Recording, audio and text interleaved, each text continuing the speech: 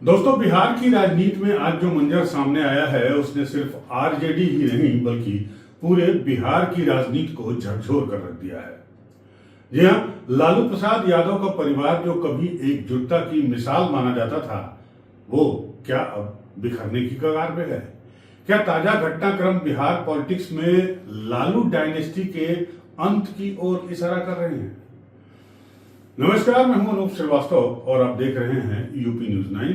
दोस्तों, इस वीडियो में हम बात करेंगे लालू परिवार के ही बारे में।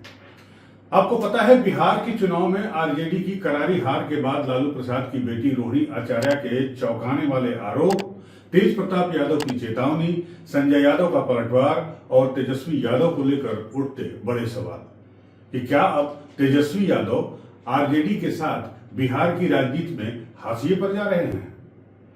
दोस्तों, हम इस पूरे घटनाक्रम को शुरुआत से अंत तक समझेंगे, तो बने रहिएगा इस वीडियो के अंत तक। और चैनल पर पहली बार आए हैं तो चैनल को लाइक, सब्सक्राइब और वीडियो को शेयर जरूर कर दीजिएगा। चलिए शुरू करते हैं। दोस्तों, 3 दिन पहले तक हम लोग पटना से आ रही इस खबर पर नजरें गड़ाए हुए थे कि बिहार में कौन सरकार बनाने जा रहा है, लेकिन काउंटिंग के बाद जब एनडीए की सुनामी मतपेटियों से बाहर निकली तब लोगों की नजरें नीतीश कुमार पर जा टिकी। मगर अब पटना की सबसे बड़ी खबर है लालू प्रसाद यादव और उनके परिवार के बारे में। लालू प्रसाद यादव का कुनबा शायद अब बिखराव की तरफ बढ़ रहा है।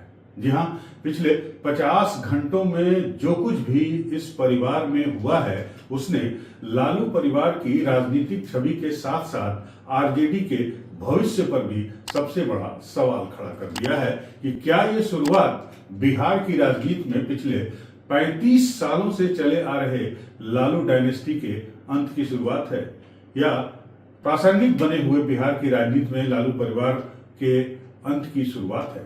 तो सबसे बड़ा धमाका तब हुआ जब लालू प्रसाद यादव की बेटी रोहिणी आचार्य के भावुक पोस्ट सामने आए। आपको याद दिला दें कि रोहिणी वही बेटी हैं जिन्होंने 2022 में अपने पिता लालू प्रसाद यादव की अपनी एक किडनी दान करके उनकी जान बचाई थी। लेकिन दोस्तों, रोहिणी ने जो दावा किया वो किसी को भी झकझोर के रख दे। शनिवार को रोहिणी ने एयरपोर्ट पर मीडिया के साथ अपना दर्द कुछ यूं साझा किया। और आज इस तरह का पिताजी को छोड़ने की बात कर दी आपने, क्या हुआ? नहीं, मेरा कोई परिवार नहीं है। अब ये जाकर के आप संजय, रमेश, तेजस्वी यादव से पूछिए, मेरा कोई परिवार नहीं है। वही लोग निकाला है हमको परिवार से, क्योंकि रिस्पॉन्सिबिलिटी लेना नहीं है उनको। पूरा दुनिया बोल रहा है जो चाणक्य बनेगा तो चाणक्य से आप सवाल पूछिएगा। जब कार्यकर्ता चाणक्य से सवाल कर रहा है, पूरा देश दुनिया सवाल कर रहा है कि पार्टी का ये ऐसा हाल क्यों हुआ। अब जब संजय, रमेश, इन लोग का नाम लीजिए तो आपको घर से निकाल दिया जाएगा, आपको बदनाम किया जाएगा, आपको गाली दिलवाया जाएगा, आपके ऊपर चप्पल उठा करके मारा जाएगा। दीदी रोहिणी ने कहा कि मुझे मेरे ही घर में गालियां दी गई, चप्पल से मारने की कोशिश की गई, मुझे अपमानित किया गया और किडनी देने के बारे में कहा गया कि मैंने ये पैसे और पार्टी के टिकट के लिए किया। रोहिणी ने आगे कहा कि उन्हें गांधी कहकर ताना भी दिया गया और आरोप लगाए गए कि उनकी दी हुई किडनी गंदी थी। उन्होंने कहा कि उन्हें पिता को बचाने की कीमत अब चुकानी पड़ रही है। दोस्तों, रोहिणी यही नहीं रुकी। रोहिणी के पोस्ट एक के बाद एक करके आते रहे। परिवार से नाता तक उन्होंने तोड़ने की बात कर दी। इसके बाद भी रोहिणी ने एक्स पर लगातार कई पोस्ट किए। उनके पोस्ट में कहीं भावुकता दिखाई दी, कहीं गुस्सा दिखाई दिया और कहीं टूटे हुए भरोसे की पीड़ा दिखी। उन्होंने कहा कि मुझे अनाथ बना दिया गया।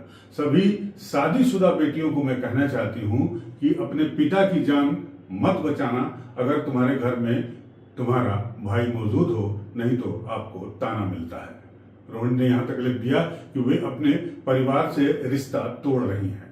इसके बाद एक और बड़ा डेवलपमेंट देखने को तब मिला जब लालू प्रसाद यादव की 3 और बेटियां रागिनी, राजलक्ष्मी और चंदा यादव ने अपने पिता का घर छोड़ते हुए दिल्ली के लिए अपने अपने घरों के लिए रवाना हो गई, रोहिणी के जाने के एक दिन बाद।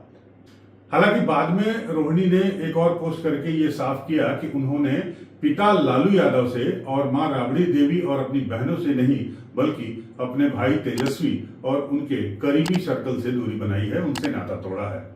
तो चलिए आपको बता दें कि हुआ क्या। इस पूरे घटनाक्रम की शुरुआत तब हुई जब रोहिणी ने बिहार में आरजेडी की करारी हार का जिम्मेदार सीधे सीधे तेजस्वी यादव और उनके रणनीतिकारों या यूं कहें सलाहकारों को ठहराया। उन्होंने मुख्य रूप से दो बड़े नाम लिए।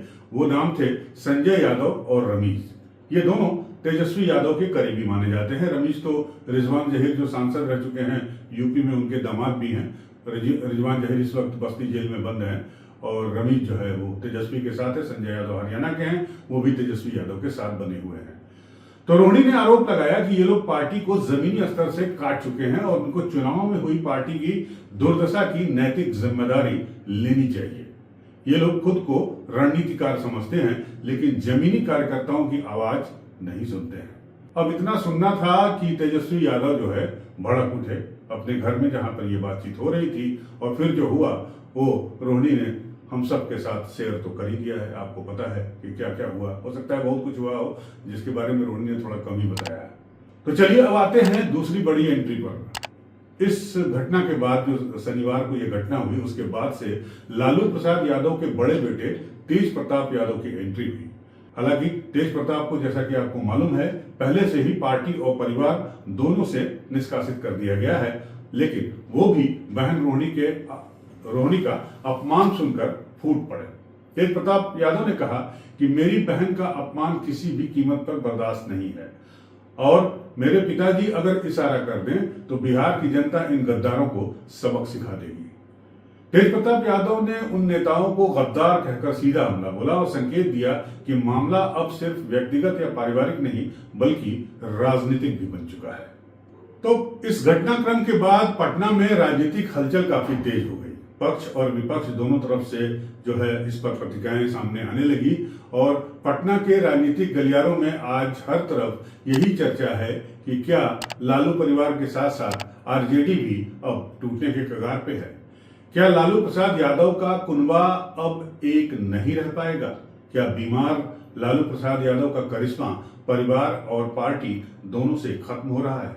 इस बीच चिराग पासवान जो कि तेजस्वी यादव के मित्र भी माने जाते हैं और एक ही उम्र के हम उम्र हैं दोनों, तो एलजेपी के जो है राष्ट्रीय अध्यक्ष चिराग पासवान से जब मीडिया ने यह सवाल पूछा, इसके बारे में पूछा, तो उन्होंने राजनीति से दूरी बनाते हुए कहा कि ये एक पारिवारिक मसला है, मैं कोई राजनीति नहीं करूंगा और इस तरह के ट्रॉमा से वो भी गुजर चुके हैं और उन्हें उम्मीद है कि स्थिति जल्दी सुधर जाएगी। गौरतलब है कि चिराग पासवान ने किसी भी तरह का राजनीतिक हमला इस पूरे घटनाक्रम का फायदा उठाते हुए आरजेडी या उनके किसी परिवार के सदस्य पर नहीं किया। लेकिन इस घटनाक्रम में सबसे दिलचस्प मोड़ तब आया जब तेजस्वी यादव के सबसे करीबी माने जाने वाले संजय यादव, जिनके माथे पर यह पूरा बवाल लिखा हुआ है, उन्होंने पहली बार 2 दिन के बाद अपनी चुप्पी मीडिया के सामने तोड़ी और पटना में मीडिया से कहा कि आज जो भी हो रहा है उसकी जिम्मेदारी तेजस्वी यादव की है ना। बड़ी बात। वो संजय यादव जो तेजस्वी यादव के बेहद करीबी माने जाते हैं और इस सारे बवाल के पीछे उनका हाथ बताया जा रहा है। अब संजय यादव यही नहीं रुके, उन्होंने आगे कह दिया कि तेजस्वी यादव अहंकारी हो चुके हैं और उन्होंने लालू प्रसाद यादव से अपील की कि रोहिणी और तेज प्रताप को वापस परिवार और पार्टी में बुलाया जाए और यही पार्टी के लिए सही होगा। बिल्कुल एक नए तरह का ट्विस्ट जो है वो सामने आया है आज की अगर बात करें, हम सोमवार की बात करें तो। अब संजय यादव का ये बयान आरजेडी कैंप के अंदर तूफान की तरह गया है, क्योंकि संजय यादव वही व्यक्ति हैं जिन्हें तेजस्वी का सबसे भरोसेमंद इंसान या साथी माना जाता है। रोहिणी ने पार्टी की दुर्दशा और अपने साथ हुए व्यवहार के लिए संजय यादव को ही जिम्मेदार ठहराया है। तो मामला काफी दिलचस्प मोड़ पे पहुंच चुका है। तो अब सवाल उठता है ये दोस्तों कि इस पूरे मामले पर अब तक परिवार के मुखिया और पार्टी के संरक्षक लालू प्रसाद यादव अपने कैरियर की सबसे मुश्किल घड़ी का सामना कर रहे हैं। उससे भी मुश्किल घड़ी जब चारा घोटाले के आरोप में वो जेल गए थे और उस वक्त चाहे तेजस्वी हो, रोहिणी हो, तेज प्रताप हो या और उनके बच्चे हो, सभी छोटे छोटे थे।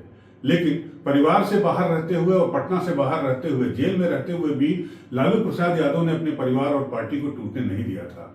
लेकिन अब क्या सचमुच आरजेडी अपने सबसे बड़े संकट में है, और क्या लालू प्रसाद यादव अपने परिवार और पार्टी को इस संकट से निकालने में एक बार फिर कामयाब हो पाएंगे, या फिर पार्टी खत्म हो जाएगी? बड़ा सवाल है दोस्तों। रोहिणी आचार्य के आरोप, तेज प्रताप का गुस्सा, संजय यादव का पलटवार और आरजेडी की चुनावी हार, ये चारों चीजें मिलकर संकेत दे रही हैं कि आरजेडी के अंदर आज की तारीख में सब कुछ ठीक नहीं है, न ही उसके आसार दिखाई दे रहे हैं। लालू प्रसाद यादव जो हमेशा परिवार और संगठन को एक रखने में सफल रहे हैं, क्या अब इस संकट को वो संभाल पाएंगे? क्योंकि इस बार मुद्दा सिर्फ चुनावी रणनीति का नहीं बल्कि भावनाओं, विश्वास। लालू प्रसाद यादव जो हमेशा परिवार और संगठन को एक रखने में सफल रहे हैं, क्या अब इस संकट को संभाल पाएंगे? क्योंकि इस बार मुद्दा सिर्फ चुनावी रणनीति का नहीं बल्कि भावनाओं, विश्वास और परिवार की इज्जत से भी जुड़ा है। उधर पटना के राजनीतिक पंडितों का मानना है कि इस संकट को अगर जल्दी नहीं सुलझाया गया तो इसका असर 2025 की राजनीति पर तो पड़ेगा ही पड़ेगा, लेकिन साथ साथ आरजेडी के भविष्य पर भी पड़ सकता है। फिलहाल आरजेडी नेतृत्व चुप है।